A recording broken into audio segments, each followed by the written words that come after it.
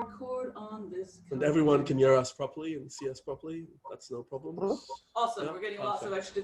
Yes. So cool. Yeah. Thank you, everybody, and welcome to Unleashing Your Mind's Creative Powers. So I'm Paulina. I think I know everybody on this call tonight. So thank you very much for joining me. So I'm not going to give you a huge introduction, but you know me, I've got an interest in creativity, I've got a master's of science, and work in this area. But tonight I have a very special guest that I would like to introduce you to. I have across from me in this conference room, I have Dr. Sunny Naicker with me tonight, and I'm going to give a little brief introduction, and then I'm going to turn it over for him to say hi. But Sunny is many things. He is a friend. He is a collaborator. For those of you who got my book, The Holy Bible, which I'm very happy with, Sunny is the quote on the back and a massive lifesaver when I was up against the deadline of actually being my sounding board and helping me out. And hence a real friendship has developed, and we are co-authoring my fourth book, Sunny's first book, which is, we'll test the title out with you guys now, but it's Unscrewing Humanity, Ushering in the Creative Age. So yeah, cool, awesome. So we're knee deep in that, but yes, as I said, so Sunny is many things. He is an epidemiologist, which is the study of disease. Very useful, hot tip, if you're going through COVID or a pandemic, get a friend who is an epidemiologist. It is a very helpful tip. But he's also a neuroscientist, and he's also deep interest in creativity and philosophy. Yes, absolutely. Hence why I've invited him tonight. So Sunny, a more natural introduction. Thank you so much for having me and inviting me tonight, Paulina. I'm really excited to be here. And hello, everybody. It's great to talk to everyone. I'm really kind of hopeful we'll have a really engaging and meaningful conversation. So I'm not just a talking bear, it's actually interactive. And yes, Paulina's right. I have a background in neuroscience, widely published in the field, and then incidentally followed that up with some more work in medicine and epidemiology. The path is not linear, as it is for all creative people. You know, I think it's about choosing and forging your own path. And over to you, Paulina. Would you? Cool. Yeah. And I think it's fair to say that we can actually have tropes, like Sunny's the scientist, Yeah, you know, right. Paulina's like the creative one and all that kind of stuff.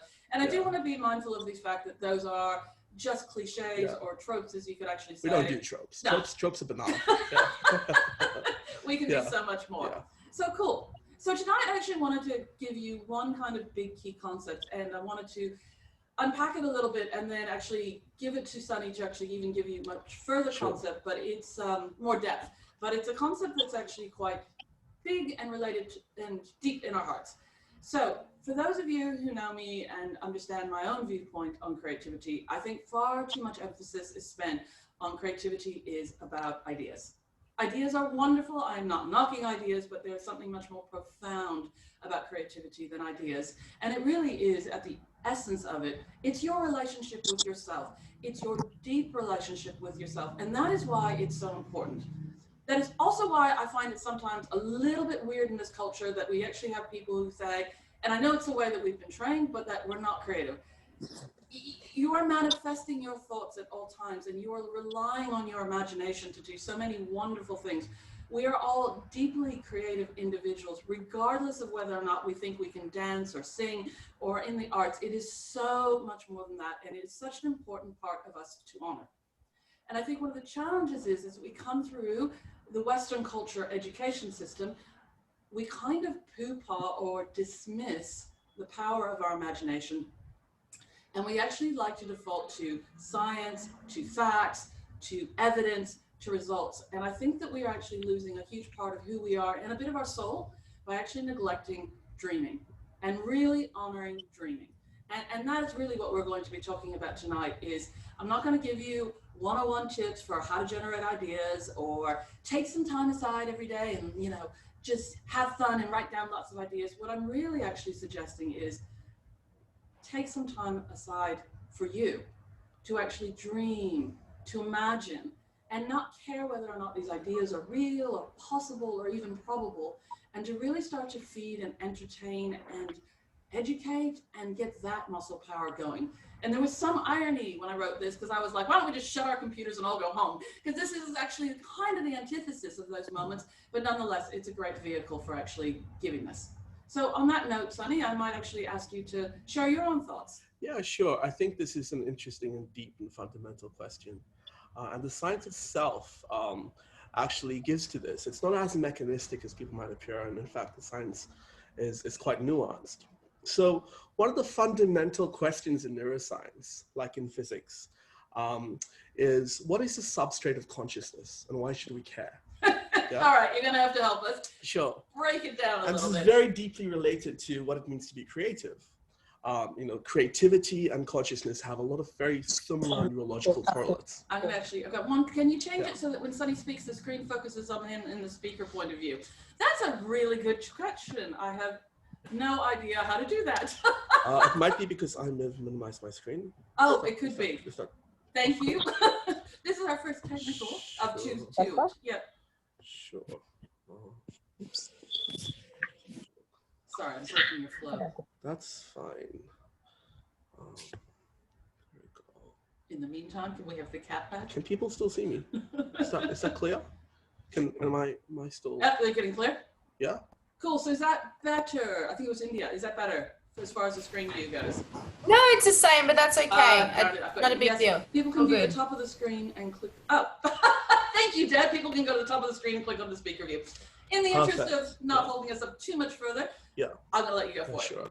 No worries. As long as everyone's comfortable and they can at least hear, maybe see me. Okay. So the neurological correlates to consciousness, right? Yeah. And creativity are very much the same. In fact, they might be what I call emergent properties of each other. Gotta break that down. Now, what does this all mean? Okay. So I actually went into neuroscience wanting to ask this question. It's a fundamental, deep question. However, I soon learned that actually science isn't really interested in unpacking, well, until relatively recently, the metaphysical. What is the metaphysical, Paulina? You might ask, right? Okay. Just about to. Okay. Metaphysical ideas, constructs, and notions don't often have natural correlates in nature, and they can't be empirically observed or tested, right? For example, right, this would be a natural correlate of gravity. Yep. And so we know that by actually looking at how objects move through space and time, we can then understand something about gravity. Now, for consciousness and creativity, what would that be? What would be a natural correlate to that? Yep. Our thoughts. Our thoughts. Perfect. Yep. So our thinking, our cognitions. Yeah. Yes. And how would we go about measuring that? I thought we could do it seriously through an fMRI or one of those brain scans. Sure. That you can actually measure it, but other than that, you're right. We probably can't measure them. Yeah, so we can't directly observe the correlates of consciousness or creativity. What we can do is measure what you say, how you report your thoughts. But to quote a very famous philosopher, Thomas Nagel, who said, "What is it like to be a bat?" His point being, he's being facetious, the whole point being was we don't know. So while I can probably put in some electromagnetics and look at your brain activation when you're doing a task during an MRI, I don't actually know what it feels like for you. Right now, while I can see you and I know you're talking and I can see some of the audience, I don't really know what they're thinking about. Yeah. And what is the bodily feeling that surrounds that thinking? Yeah. Hence the metaphysical nature of consciousness and creativity. Cool. Okay, and what does that mean? Yes. Yeah. Okay. What does that Well, mean? it does mean something really interesting. So we kind of agreed that we can't actually directly measure this. Yeah? Yes. But it does mean that it's actually a very important state. Right? Yeah. It's a state which can actually bring about all kinds of breakthroughs. Yeah. But we can actually show what neural correlates or what neural networks are responsible. So what's activated when you're in a creative state? Cool. Right. So we call this the default mode network in neuroscience. What does that mean? You might ask. Well, so the default mode network is the thing that's activated, right, when we make predictions. Again, I'll go back and explain what I mean by that. Cool. The one thing that differentiates us from machines, so even the most complicated and sophisticated supercomputer, right, cannot actually make novel categorizations. Yeah. So if I showed a supercomputer a picture of a new type of dinosaur, it won't be able to categorize that stimuli as a type of dinosaur until it knows all the rules associated with being a dinosaur. Yeah. Okay, because it actually makes predictions based on memory. Yeah. However, remarkably, I can go around the world and I can show humans of every type and shape and culture a couple of pictures of what a dinosaur might be in their language, right? Or their symbols. Yeah. And if I show them a picture of something that resembles that, they will categorize that as a dinosaur. Yeah. Now, they're actually not relying on memory. What they're actually relying on is projection, right? What we call predictive projection or novelty projection. And When they make that projection, their default mode network is activated, right? So the back of their brain is activated with their parietal lobe, what we call the parietal lobe. That's the area that integrates all of your sensory perceptions, right? The cingulate cortex is activated on the top and bottom there. That's actually, that integrates all of your emotional processing. And your frontal lobe, or your medial prefrontal cortex, is activated. And that's responsible for what we call higher levels of executive functioning. You guess what else activates that? What? Daydreaming. Daydreaming. Nice. Daydreaming activates that. Yeah. So daydreaming isn't just some esoteric state of being. It actually has very serious biological correlates. And it's important to practice this the same way you would language, learning, reading. So. And do humans actually naturally daydream throughout the day, maybe more so than we think, or what yeah, so it's important to make a distinction between this. So active daydreaming, in terms of being in a daydreamy state, and subconscious daydreaming actually can do separate or slightly different things. When I speak about activating the default mode network, I'm speaking about allowing yourself the time and the space to actually engage in what I call active daydreaming. This is one of the reasons why we make such a big deal about reading in school. It's not just because we want children to learn new words and the rules of grammar. More fundamental to that, actually, is we want them to be able to engage in the process of daydreaming. It actually strengthens these default mode networks and activates a more creative and a kind of more active mind as well. Yeah. And in your experience as coming through the education system on a much higher level than I actually came through, what's your experience with this kind of ability to daydream and incorporate that into the learning process? Yeah, I think even in the most sort of learned environments, daydreaming is still considered a sort of shameful secret, you know? I would agree. Which is pretty ironic and a problematic thing. Yeah. And I think if people can take away one thing from this, is that actually not only is daydreaming good for you, it's fundamental for you. Yeah. Please daydream. Yeah. Daydream more. Give yourself the space to daydream. Yes, I would agree. And I mean, that really is, as I said, we're going to keep coming back to this, the key message, because so often we talk about creativity in terms of ideas, and some of us are less able to do good ideas and are actually less interested in ideation than others. Some of us have a more practical bent. That's irrelevant to how you actually, you know, work and operate in this world. But what I do find, particularly working with groups, is that there is, as you mentioned, almost a shame of participating in daydreaming, because sometimes it's like, but that's too big of an idea. It couldn't possibly actually happen. But it's like, if you don't actually go there and imagine it, you're right. It will never, absolutely never happen. But if you can entertain what I would call crazy ideas, you have a chance of actually having them come true. And you also have a chance of other iterations of that idea coming true. Mm-hmm. Now, I mean, one of the things that we've talked about is if you imagine something quite vividly, I've been told that the brain does not distinguish between what is vividly imagined and what is real. Yeah, sure. I think it's also to kind of qualify that a bit more. Sure. Of course, we can distinguish reality from daydreaming in a cognitive way, right? But what that really means is in a metacognitive way, like with that higher level of processing involving the frontal cortex, to that part of the brain, yes, that's very real. And it's actually experiencing that with emotive nuance and emotive complexity. And which actually brings us to a really important point about daydreaming. Oftentimes, daydreaming involves paradoxical emotions. And I'll let you unfold that or unpack that a little bit for us. What are paradoxical emotions and why are they important to the creative process? Well, they are a huge part of my creative practice. And I think that it's like taking almost two opposing concepts and actually integrating them. So not saying for the fact that, you know, you can look forward, you can look past. And we tend to actually say, okay, well, those are two opposite ways of actually looking at the world. But there is like a third way of which is that you can almost look forward and past and actually have an integration of that in the fact that you no longer distinguish yourself from the moment, the time, and you're no longer stuck in this construct of this is the past, this is the future. And I mean, again, while these are quite kind of high level thoughts to some degree, it's where interesting stuff actually happens. Well, I don't know. To some degree, no, I don't think so. I think we're actually very, very happy in paradoxes, but I tend to think that we tend to categorize learning away from paradoxes.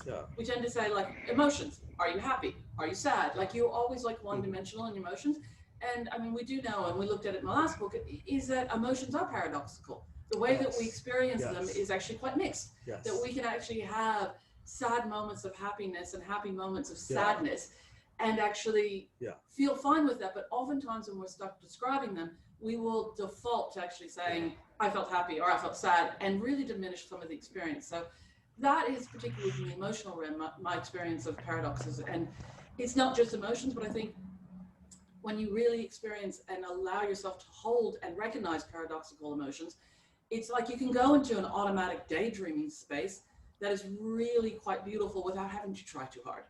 And I don't think that we are encouraged to entertain these spaces, but I think that they are beautiful spaces to enter into. I mean, shall we kind of unpack that a bit more and talk about some of those examples of what paradoxical emotions feel like? Yeah. Would you like to give language to that feeling, for example? I would actually give a personal experience. Sure. I mean, some of you may know that I had a sister who had ALS, which is a motor neuron disease. And before that happened, that was my first major experience with death. And I mean, it is in some ways kind of strange that we're talking about death and creativity, but actually I don't think it is.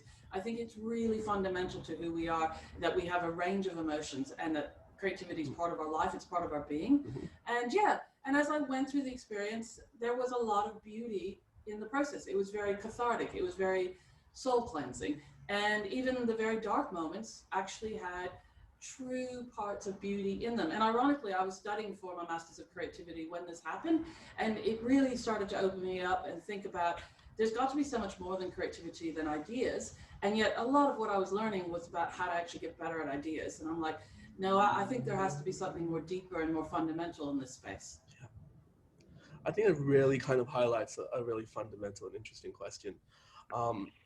I think we're kind of like daydreaming. I think being too emotive is oftentimes stereotyped as being problematic. And let's be very clear, you know, affective or emotional and mood disorders exist and they're real, right? But we're not actually talking about that. What we're actually talking about is safely investigating emotions, varied emotions and paradoxical emotions in a space that's entirely yours, And that actually takes something very specific and very special. And it's called deferring judgment. I think I'm going to put it over to you, Paulina. What is deferring judgment? How can we daydream safely and explore these paradoxical emotions? Yeah, well, deferring judgment is a major component of creativity. And it is a major component of, or ingredient, so to speak, of actually being able to access the daydreaming moments. And not just go into them arbitrarily, but to actually really hold them as a state and hold them long enough that you can actually really explore it for a period of time and all the things. So it's deliberately defer judgment. It's not actually saying you cannot judge. We are brilliant at judging. It's how and when you judge that counts.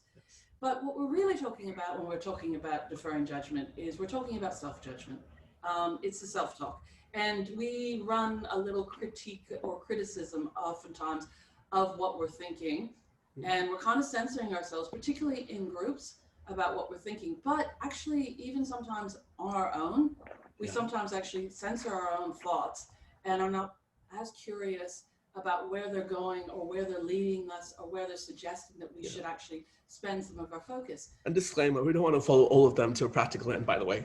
No. But it's, they are us. Yes. They come from somewhere, so to speak. So they are self-generated. So even if they are not necessarily ideal to act on, they're certainly worthy of exploration. And again, in this deferring judgment mode, which is that we can distinguish between what we dream and what we act. So there's no harm in dreaming. I'm going to put it out there, violent dreams or anything like that as well. And understanding that there is all of these energies that we can actually harness to explore other areas of our creativity. And unless you're prepared to actually go and look at some of these areas, it's very difficult to actually truly get to know yourself. And if you don't have a great relationship with yourself, you will struggle to actually have the joy and the understanding and the beauty that can come from being more creative. And it really is. It is about self-awareness. It is about self-understanding. And it is about almost the release of allowing yourself to be who you are and to feel free to actually do that. And it's important to note as well that this is a choice, right? And with all choices, it takes time. And to be very real about that, I don't want to kind of, this isn't an eat, pray, love session. As great as that is. Be really real in terms of we make choices over creativity and being creative spaces. We make choices over how we activate parts of our brain. We make choices about what's important to us. And I really say, if you want to live a more creatively enlightened life, or just be more in touch with who you are, you need to give space and time to that. Now, it doesn't have to be a lot of time or space, right? But it needs to be what, Paulina? How does it look like? Well, if you're just starting out, for example. I'm going to challenge you. Yeah. I think it does have to be a lot of time and space. I think that there you go. Yeah. I think this culture is far too concerned about us being productive, us actually doing something, that everything that we do has to lead to something. Like the sense of I didn't have a very productive day. And, as a working relationship, funnily enough, our most productive times, so to speak, have not been the times where we've actually crunched ourselves and said we need to do something. It's the times when we actually said, you know what? You and me, we're just going to ease off, and we're just going to stop this kind of charting of what we should do and just give it a little space. And sometimes, where you and I have done at least our greatest work is walking. Yes. And allowing for the space to actually occur and deeper connections. And it's kind of like if we'd followed through even on some of our first instincts, we would have ended up with something so much smaller than where we've gone in some of our deeper concepts. Yes. Yeah, very much so. Yeah. I often, it reminds me in terms of thinking about some great artists and some great creators, and someone like Virginia Woolf comes to mind. Yeah. For those of you not familiar with Virginia, she is one of the kind of great literary figures of the 20th century. What she was really, I think what she did was actually quite novel and kind of preceded neuroscience before we had all this fancy technology, was really look into stream of consciousness and open it up for the viewer. And it's as close as you can get to what it's like to be in the mind of another without actually being in the mind of another. And this was done through literary techniques and through actually activating and being in a state of perpetual daydreaming. Would you like to talk a little bit more about that? I mean, not Wolf per se, but what that's like in creative practice, perhaps? It's a little bit like what you're saying. It's difficult to describe, and we're not necessarily right now in that circumstance where you can actually activate it as easily. But yes, I think the stream of consciousness is the best that we can actually do. And this is why I love playing around with paradoxes and stuff like this, and I love creative questions because they get us out of that analytical space when I'm working with groups and get you into that stream of consciousness, or at least into the stream without having to work too hard, because I think we're innately curious. Yes. I do think when you open up those spaces for people and you say, look, we're going to give you a moment to daydream, people are, excited, not in the high energetic way, but more excited in the curious way. And again, we don't give a lot of space for that. Usually, even in workshops, it's like, what do we do next? How do we be more productive? What's the exercise? What am I supposed to be doing? So enjoy it. Enjoy the opening up and seeing it for what it is, and not necessarily needing it to be something that it's not. And that goes back to deferring judgment, about having a really beautiful relationship where we stop judging things for what they should be and allow things to emerge and be what they are. And something we all innately can do. It is something we all innately can do. And, it is kind of funny that, again, that we talk about ourselves as maybe not being all that creative, and yet you look at the story of ourselves that we tell ourselves every day about who we are, what our values are. To a large degree, we are works of fiction. To a large degree, and people don't realize that a lot of what we do in our daydreaming definitely informs how we see ourselves in the world and how we believe that we are and perceive. So again, it's really fundamental to having deliberate daydreaming and thinking about the stories that we are constructing and whether or not they're serving us as well as they could. We're a wondrously complicated, giant metaphysical book. But I would like to actually ask you, Sunny, a question from your personal experiences. I mean, one of the things that you shared was, I believe, a David Wallace film, and tell us a little bit about kind of your first creative awakening into this space. Yeah, I think, like I said, I've always been obsessed with this idea of what is the nature of my being and our existence. And I think, as a young child, one of the first things that I kind of noticed was what was inside, the voice that was inside my head, my thoughts were quite different to how I would present myself in the world. And it was quite odd that I couldn't actually hear the thoughts of the people around me, like my mom or my dad. And later on, you know, I would come and then read the work of some great kind of stream of consciousness writers who were doing this without kind of explicitly stating it. Yes. Yeah. And then would come to understand this as the mind-body problem as I got exposed to philosophy. But more than that, in fact, when I was about probably around 18 or 19, I came across a talk by a kind of well-known sort of writer, philosopher called David Foster Wallace, who sadly passed away in 2010. And David all talked about really about the power of lenses, right? The power of lenses in actually choosing the narratives and the frameworks we use when we navigate life, and how that can actually propel us to connect with authenticity and openness. And he called them more than banal platitudes, which I love, because he said that you could, you know, sit in traffic, and you could make your way to the grocery store, and you could in that store, you know, move through the kind of hectic aisles and push past the miserable people and stand in that long line and look the cashier dead in the eyes and not want to make small talk because you're scared because she looks like she's had a bad day, and then get in your car and try to push past all the people and make it home. Or you could do this instead. You could, while you're in traffic, think about all the other people that are moving in traffic, and perhaps the people that are ahead of you actually have some serious life issues that they're going through, or perhaps just like you, they want to get to the grocery store. And you could put on the radio and you could listen to the music and take the time to understand how important this moment is and what your life is like, and assess the day for yourself. And eventually you'll get to the grocery store and you could actually walk through the aisles, but instead of imagining these people as being in the way, you could actually imagine them as, you know, great fellows, kindred spirits in this human family, and walk through and feel connected to who they are. And rather than push past, maybe smile past them while you get your groceries from the shelf. And while you're in line, you could just blissfully wait in line and see and feel what it's like to be part of this extended family of humanhood.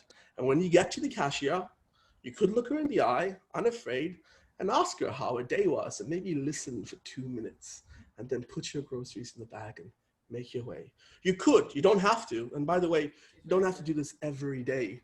This is just an elevated, optimistic version of what you could do. The point being is you have choices. You have cognitive choices. You have metacognitive choices. You're a conscious, willful being. Use those choices as you will. So, yeah. Oh, awesome.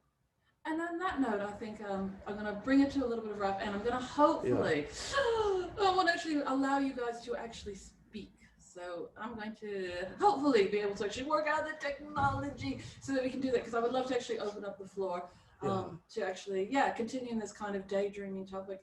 And as what you were saying, Sunny, it's talking about having deliberate choices about how you view and act and look at the world. And that is what we're talking about. Daydreaming and practicing that allows you those choices, that you can either have a horrible experience at the grocery store, or you could see that for something much more deeper and actually allow yourself to explore something much more fundamental while you're there. That's correct. And it's not all the time. Sometimes you just want to go. No, of course not. Yeah. What the heck, people, get out of my way if you know who I am. Yeah. But yes, learning to cultivate. And we're complicated. It's okay. Exactly. Yeah. But learning to cultivate those moments and understanding that we have far more choices in how we actually perceive, live in this world than sometimes I think that we're told. And it's certainly, excuse me, greater than ideas. So on that note, let's see. Chat. I know we can open up the chat. Okay. Come on. Sure. Should I leave that on? Do you have any idea? Does anyone here, anyone on the chat can tell us how we can actually open it up so that we can actually allow you guys to talk? Because I think I turned it off in the settings when I put you on, but if not, let's see. Everyone can just turn off their mics. No. Everyone can just turn off their mics. Ask to unmute. Just unmute, unmute. You can ask me to unmute, and I think we can actually allow anyone who wants to unmute all. Is there an unmute all? Ask to unmute. We can all unmute ourselves. We can just unmute. People can just unmute themselves. Nope. People can unmute themselves. I should have worked this out beforehand, shouldn't I? You don't have to do anything, Paulina. You can hear us. There, Ernestine, can you actually talk? Yeah, I can talk. No, we can't hear you. Can you hear me? I try again. You should be able to hear me. Until Pauline actually works out. And the next one, how to actually do this properly. Apologies. Ask all to unmute. Paulina, can you hear me? To unmute. I can hear you. I want to try that one more time. I can hear you. Yeah. Everybody. We can all Paulina. hear each other, but Paulina can't hear us. Yeah. Ernie, Oh, so we'll she's try to see if we can actually hear call me you. Anne. Ah, Karen's laughing. No, we're gonna have to type. Cool. No, Who would like to ask a question via the old-fashioned keyboard? We can't hear each other. Oh, you guys can hear each other. Yeah. Yeah. People can unmute themselves. Beautiful. Yeah. All right. Looks like they can. Cool. Stand next to me. But you cannot hear us. Anyone like to ask a question, and we can actually see via the type or via the yes. We can hear you, but can you hear us? No, we can't. Paulina, is your own computer on mute? No, it can't, because otherwise you wouldn't be able to hear me, right? Ah. That's correct. Yeah. Had to look at you for that. Let me have a look. You're okay. Seems Yeah. fine. Cool. Well, would anyone like to actually? It's because I think this is a mic and not a speaker. Got it. All right. It seems like you can't hear us. My question would be, yes, go for it. Yes. Sorry, we'll just wait. We'll just do a little dance while you type. Forgive us. This is our first time. We'll get better at this. Cool. Yes. My question would be, how did you get past the to-do? How did you get past the to-do list? How do you get past the to-do list while daydreaming? Yes. Yes. That, I would say politely, isn't the point. Paulina, would you like to experiment? That's actually a very different type of experience. I'll actually give a slightly different answer. I'll tell you, I think a really easy way to actually get past the to-do list is to write the to-do list down. So I think sometimes that when we're holding two different ideas or two different states, give in to the first one, get rid of it. So acknowledge it. So get your to-do list down and stuff like that. And then you can actually then have the space to actually move away from it. But if you try to pretend that the to-do list is not there and then enter this state, you will be dragged back. So another tip I can give you is if you actually end up in, you know, waking up in the middle of the night and being pestered by ideas and you're like, oh God, I just need to sleep. Go and write those ideas down and tell your brain you got this. And I'm serious, it's not just, you know, a joke. Tell your brain you've got this, but right now you need sleep and you need to go back into that is a physical dreaming state. So yeah, don't try to fight yourself is best I can say to repeat this. But if you have a to-do list, write it down, acknowledge it, get rid of it, and then allow that space to actually open up. Otherwise you will struggle. And I guess just to add by saying it isn't the point, what I really meant was, this is why the deferment of judgment is so important. Yeah. Allow the fact that you have the to-do list to stay there, and then allow yourself to be anxious about it. That's okay. That will pass eventually, and other emotions will come. And sometimes it will occur with some others, because remember, this is all about paradoxical emotions too. Very true. So don't worry too much about that. Let it just be, and let your worries be with it too, if that makes sense. Makes sense. So we've got another one. I'm interested in the stories and what narratives we construct of ourselves. Totally agree with Sunny about making cognitive choices. That's about holding these paradox. Yeah, I mean, I totally agree. I think that if we take anything other than daydreaming from this actual conference call or webinar, whatever we call it, think very deliberately about the stories that you do have of yourself. They are not my stories of you. They are your stories of you. They're not even your partner, your kid's story. They are your stories of you. And think very deliberately about whether or not they're serving you as well as they could and whether or not they're real. Because I think we can unconsciously stereotype ourselves. Definitely. Yeah, I think that's one of the important reasons to actually be conscious about narratives. Yeah.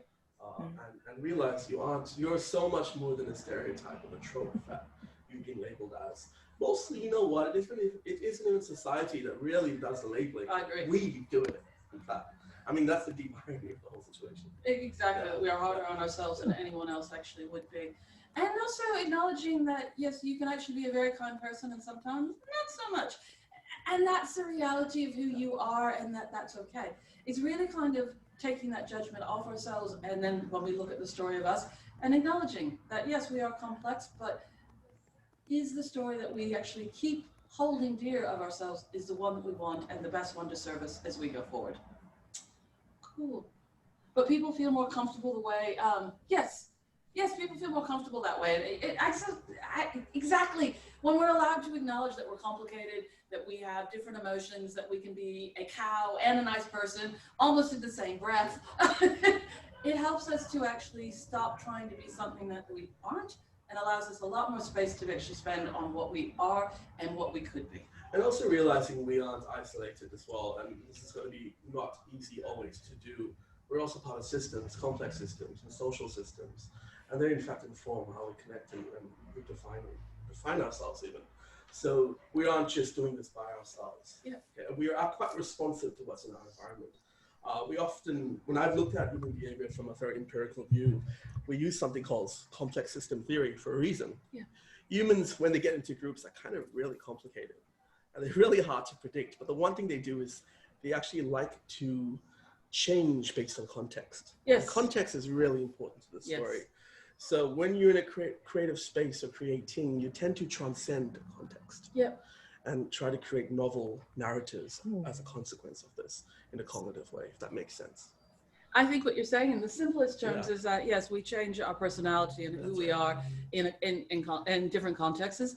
And what the power of daydreaming and creativity allows you to actually forget about the context and allows you to actually create different contexts that might actually manifest or bring to life different behaviors, different ideas, different versions of who we are. And all of them are consistent. We can be many things. We can be highly contradictory in different environments. Now we've got another one. Sunny, this is for you. Are there differences between daydreaming and night dreaming? Great question. In regards to what you process and what ideas might come out of them. Yeah, sure. This is an interesting question. Now, I can tell you what the science says and what it doesn't and what I think. So let's go with what the science says, yeah? We do know that people are, their circadian rhythms are actually quite on a spectrum. This is why you get night people and you do get day people. That's real, right? Our melatonin levels are actually quite variable. And we have different phenotypes. So some people actually feel more cognitively alert and also would be able to activate that default mode network at midnight, right? Others can't do that. Yeah. It's a morning endeavor or a So, evening endeavor. Long way of saying we've got morning people, we've got night Yes, people. long way of saying we've got morning people and night people. Yeah. Right? And it seems to be that, is that a qualitative difference? I'm not sure, probably not, right? In terms of just do what feels good, what's right for you. So I think if you're a night person, daydream at night. If you're a morning person, daydream in the morning. I don't think they would be qualitatively different. Yeah. I think if you follow your authentic patterns, I think you'll be okay. Cool. If you can, that is. Yes, exactly. Actually, other difference between daydreaming and night dreaming. I actually had something else as far as that. I think that as far as daydreaming and night dreaming is more speculative or more imaginative in one sense, is that when the sun closes down and when we kind of find ourselves a little bit more shut in, so to speak, and as you come into the house at night, you tend to have that feeling, it gives you permission to be more introverted and to explore some of those ideas in a very different way than you do when the sun's out, when you have the distraction, when you have the noise and stuff that you can't escape. So I do find that night dreaming allows me, at least, more easily to go to things that I wouldn't dare to dream in the day. To some degree in the day, I'm going to actually stop going as wild as I would. But at night, suddenly, and it's because also as well, you're almost at that physical point of going into dreaming, physical dreaming, where you go wild. It really allows you to actually expand out on some of those ideas that you normally wouldn't entertain during the day. And it may be because I like a little glass of whiskey, that's also helping that, but a little bit of alcohol as well will actually help you. Just to backtrack, sorry, I think this question was from India, and she actually meant dreaming as opposed in terms of sleeping. Yep. Okay, so Yep. as opposed to not waking dreaming. Yep. That is different. In fact, we know very little about dreaming. We know that some of the same pathways are activated, like the medial prefrontal cortex, but also the limbic system too. So that's a little bit different to daydreaming. And we all daydream and we all night dream. We sometimes can't remember our night dreams. We tend to kind of remember the dreams when we're just coming out of REM sleep.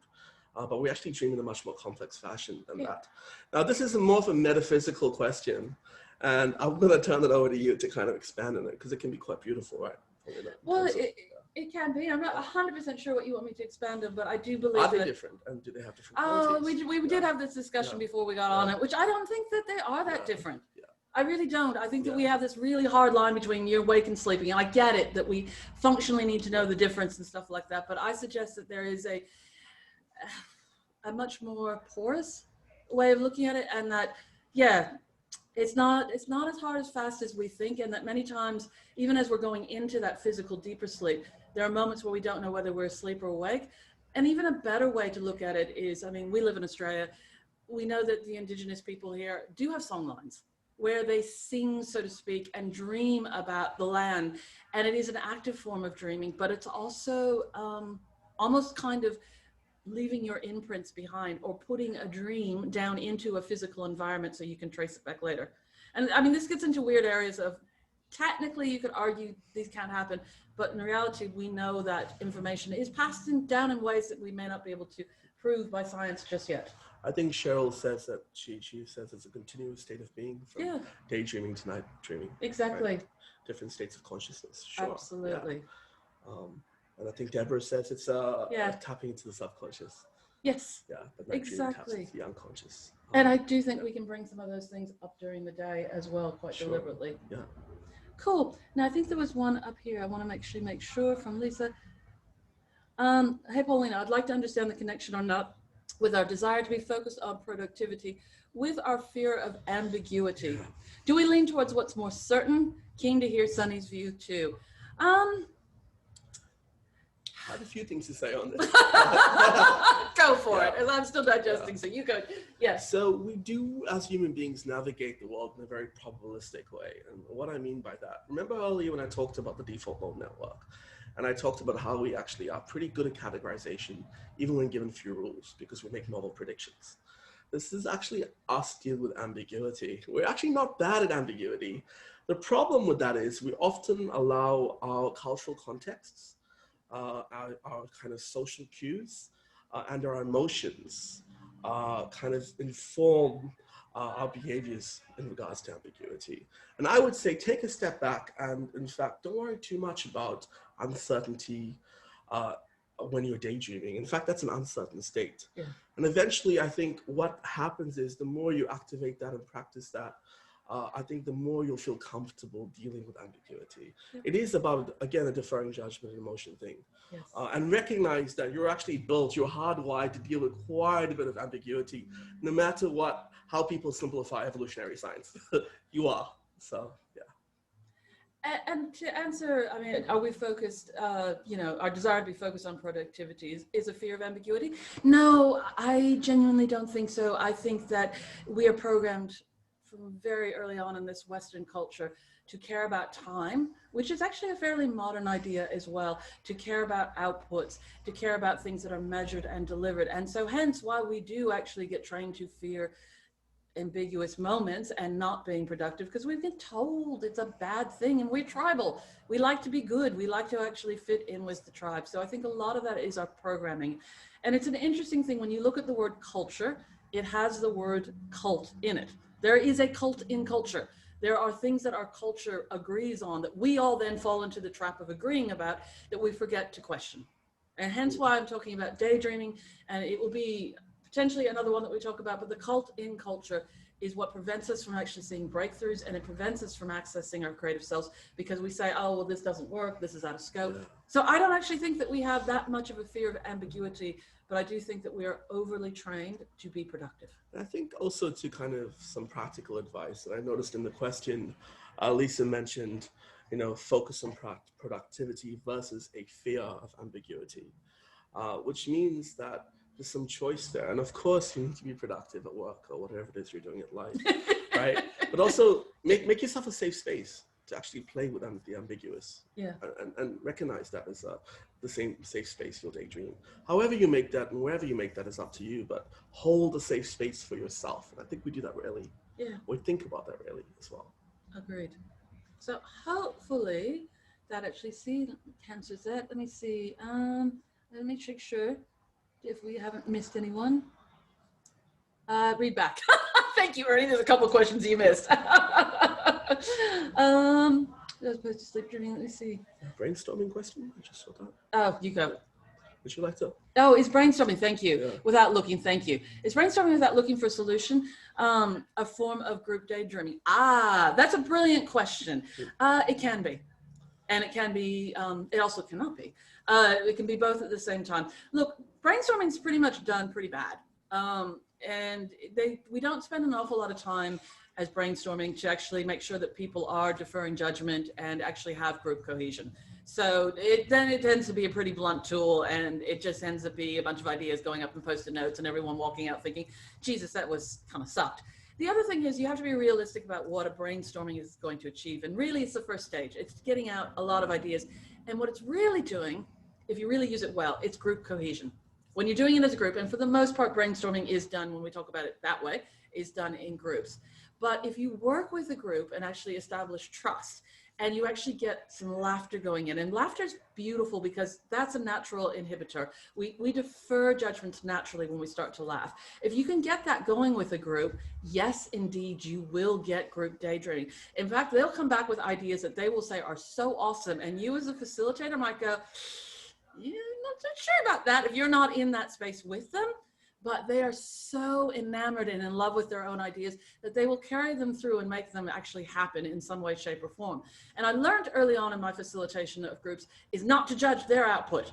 It's really important for me to actually agree that even if that's not my favorite idea, that they will actually take it through and make it a reality because they collectively have bought into it and they believe it. And that is the power. We've got some new messages as well. Cool, we've got 2 new messages. But in brainstorming, isn't it an exercise of ideas without making judgment? Technically, yes, it is.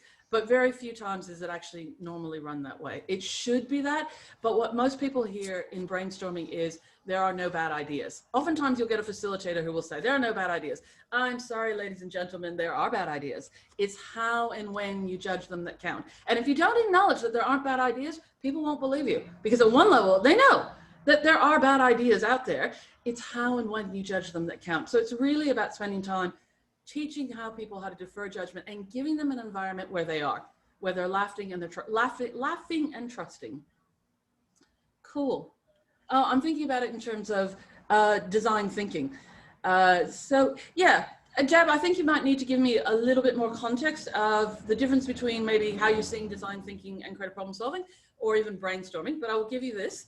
My own kind of thinking is that of the 2 kind of methodologies, they're both creative problem solving methodologies. I think creativity does a lot more to actually spend more time in the questioning phases and really kind of opening up groups before we head into the design thinking, which is the empathizing, the prototyping, and bringing them together. And I think creativity does a pretty crap job of prototyping and really kind of understanding the user. It just kind of assumes if you have a brainstorming, you'll come up with a beautiful idea. It's often not enough. The 2 together, I think, work really well. I have problems with the 2 individually. I also think there's a kind of, if you forgive my word, epistemological difference between the 2. So fundamental difference. I think there's a framework difference as well. So I think with design thinking, you actually are working to context. Yep. With creativity, it's really important to realize this. You're not working to context, and this is hard to get people's heads around, and that's why it's important to daydream, right? Yep. And you should actually work through some of those sort of divergent ideas. Yes. Pick a couple that's appropriate for the context you think it's going to work for design thinking. Yeah. That's how they're separated but different. Yeah. I would strongly agree. I think one of the challenges with design thinking is if you ask a group of design thinkers to design a better mousetrap, they will do a very brilliant job of empathizing, understanding it, and they will give you a better mousetrap than you've had before. But it may not have been the question. And what I ask is, what if the question that you were asking was how to live in a world without mice? And design thinking presumes that that is not your question. And I think it's a dangerous thing to presume that that is not your question. It may not be. And so you can see where design thinking came from a commercial aspect, because it's not very nice to sit with your client going, do you really want to live with a world without mice? They're probably like, no, just give me another mousetrap. I'm paying you people good money. But if truly, when you combine the 2 methodologies, when you're talking about creativity, it's worth spending some time asking those questions before you rush off and just design innovation, because you then get innovation that solves not a real problem. Yeah, and I think also if you over-contextualize before you allow yourself to be creative, you can forget about unintended consequences, which is pretty important, particularly in the 21st century. And what do you mean by that? You end up with the results, or that's correct. That actually later down the line actually may cause more problems. That's what. from an epidemiological perspective, for example, rushing a vaccine for COVID might have unintended consequences, or having a test for COVID antibodies without it actually being properly clinically trialed might have unintended consequences. Yeah. So unintended consequences play out in all kinds of ways. And this is why dealing with ambiguity is so important, right? So you actually aren't thinking from a given framework and a given level of specificity. You're actually making room for things to go wrong, and you're prepared to deal with them in a creative and innovative way. Yeah. So Nicely said. it's more than just some wiffle waffle epistemology stuff. It actually can have real life consequences. All right. Yeah. For those of you who don't know, we play epistemology. We do all the bingo time. every day. Yeah. He's very good at getting this into every conversation. So I have to tease him. I used to have to look it up every single time we had a conversation, be like, what is that word again? But yes. Cool. Any other questions? And apologies if we missed any, but I think, yeah. Any other burning questions, not burning questions, silly questions, thoughts, comments? Here's your opportunity. Cool. Do we answer all the questions? I'm not sure. I think we did. Okay. Did we answer everyone's burning questions here? If you guys could nod. Seems like the case. Cool. We have one more question here from someone who dialed in earlier. Chris was asking about how do you actually communicate the idea that there are those in this world that think that they are non-creative and get them to understand that creativity, that we're all creative and useful, and it's useful for us all. Look, I think one of the things is teaching people that creativity is not about the generation of ideas. It really is about imagination, and that we use it every day to actually construct the story of ourselves. So hence why it's kind of crazy that you don't think that you are creative, and that you actually even put a value judgment on whether or not you're good at it or bad at it. I absolutely accept that our education system to some degree has actually given us that there are those who are creative and those that aren't.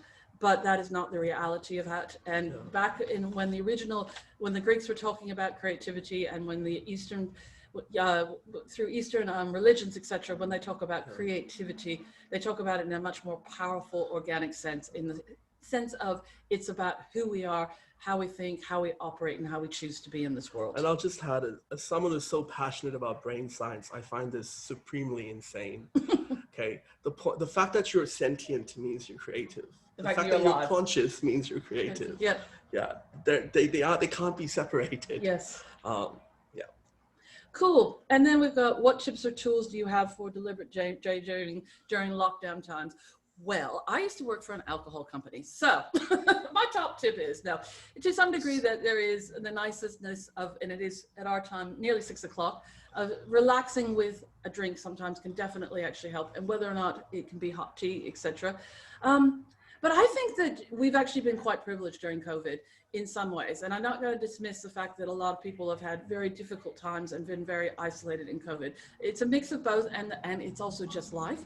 But I think COVID has allowed us a point where we're not performing in an office in the same way that we used to.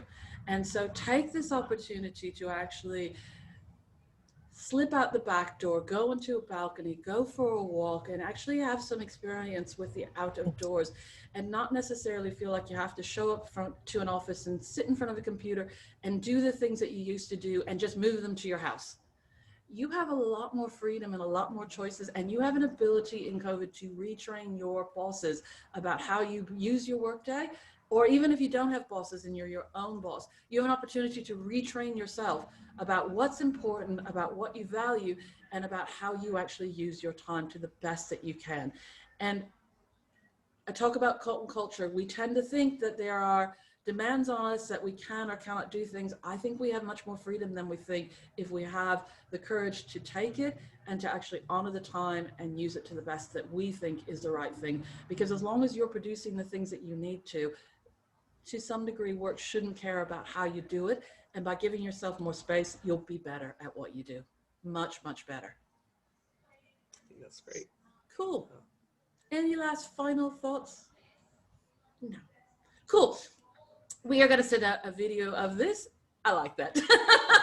I do too. I think it's really important. Be bloody selfish. That's all I can say. I think it's extremely important that we honor ourselves and that we make that space and time. I do have one question for you, Paulina. Oh, yes. I think one thing that comes up often when I've talked about this, is particularly the deferring of the judgment, just because I think deferment of judgment is so important to this entire exercise. And if you can't get that right, you might have trouble daydreaming freely as well. One tip just to help with deferment of judgment. I think in some ways, be aware of the self-talk that you're running and not necessarily take it as gospel, so to speak. Just hear it sometimes. I mean, you can have inane thoughts, you can have profound thoughts. Yeah, just be easy on yourself. You are what you are, your thoughts will wander. And if you kind of just lean into that, it will take care of itself.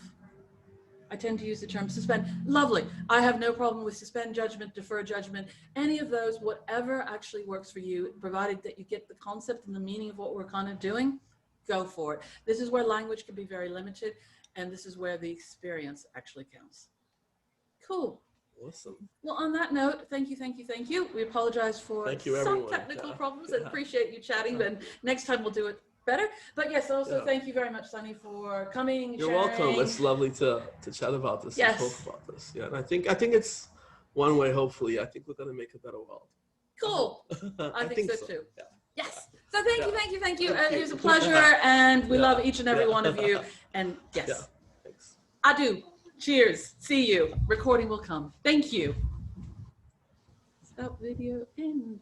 Cool. End meeting for all.